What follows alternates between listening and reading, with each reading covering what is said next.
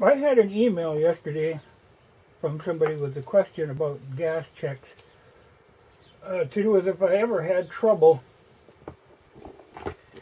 with the Lee molds, getting a gas check to go on those bullets. And I really haven't, but I could see where there are times where a problem could arise. Okay, in the first place, you got to make sure you got the right size gas checks. Like these I'm using for the 8mm, so it's the 32 caliber, but they make like 5 different sizes, so you kind of have to be sure you have the right one of them. And then, when you mold the bullets, one thing you do have to watch for is don't let the sprue plate get too loose. Because if this gets loose, what can happen is it comes up slightly and you'll get a little flashing around the edge of the bullet. And these are really, that's really supposed to be a pretty smooth taper, because these are really, they're cup shaped. If you look at the literature on these Hornady gas checks, it makes it sound like when they go on there, they actually dig into the bullet and hold on that way. Well, they really don't. They tighten up on there, but they ain't on there that solid. Because I know, there have been times where, like, see, if I set a bullet down too deep in the case, and then you try to use one of the impact pullers to knock it out, it'll always shed the gas check. The gas check will be stuck down in the neck, and then you got a problem. So it really, they don't grip. And also I found, on my 100-yard range, I use that OSB to hold the targets. And it always sheds the gas checks when it comes to the OSB. Or most of the time it'll shed the gas check. At least they stay on during the whole flight of the bullet. But the little fibers on that OSB is enough to pull them off. So they aren't on as tight as they make it sound like they're on there.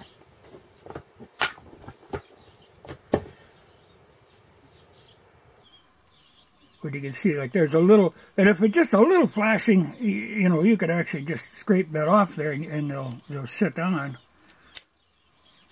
But, sometimes you run into one, like I say, this one where it was quite a little.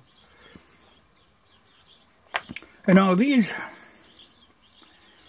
are for the 8mm, but these are actually for a Hungarian Mauser. Because the Lee ones, the short one is the Lee one. And they're 323.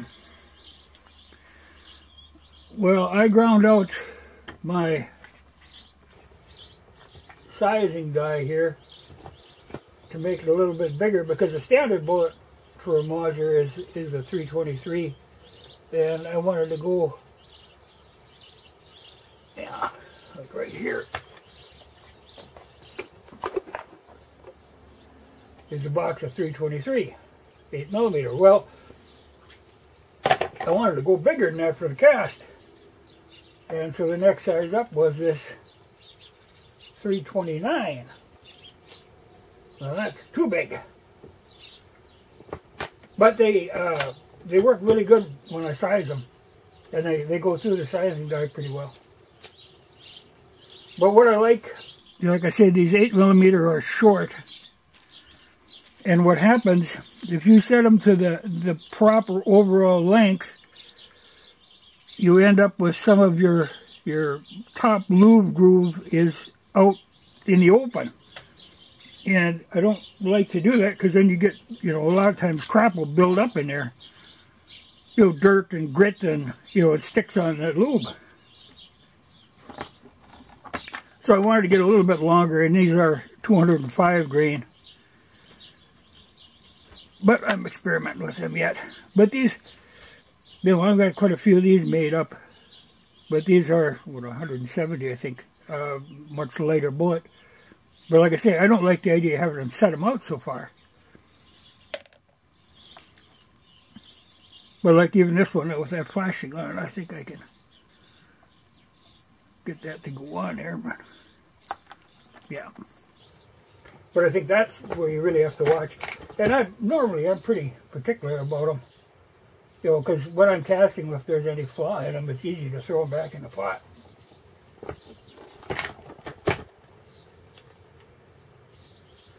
And, you know, you can see they're kind of grubby looking, but that is that ALOX. Because in order to get them to go through the sizing die, you're really supposed to run. You know, I run them through ALOX before I gas check them, and when they come after they're gas checked, I'll tumble them again. And then what I do, you know, I tumble them and then I set them on a pan over the stove or out in the hot sun and let that ALOX dry.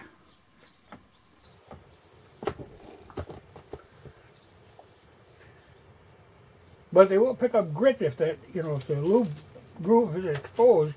Because even this ALOX on a bullet, you can wipe that off. But if it gets in them grooves, and I always think, you know, if you get like sand or something in there, it's going to grind on your barrel.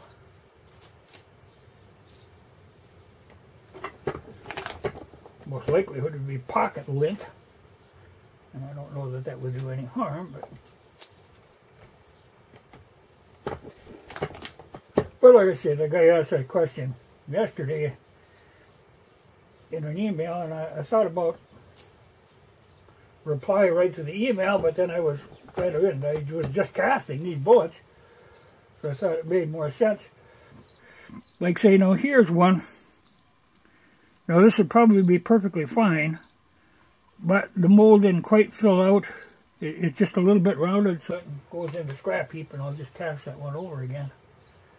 You know, it's nice to have them.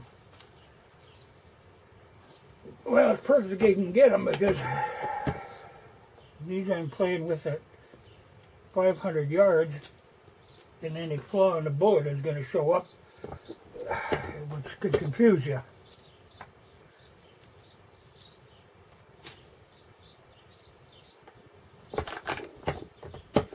But like I say, these, I modified my 323 sizing die.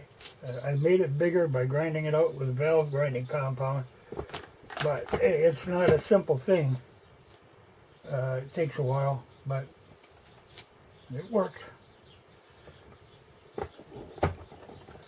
Well, because here's one that's already sized. Like I say, they're 329 out of the mold.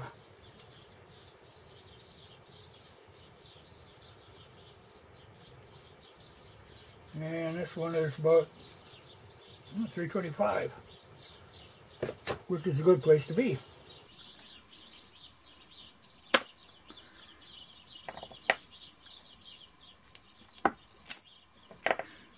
It just seems like having, you know, 323 seems small to me. But there again, you know, you slug your bore and yeah, make up your own mind on that stuff.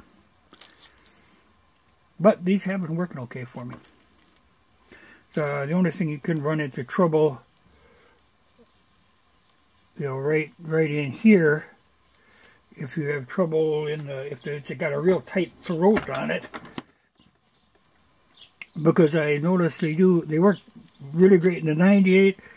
They can sometimes have a little resistance going into the M48. But the resistance is mostly just on the ALOX, because I tend to kind of really goop them up. And that stuff gets hard when it's cold.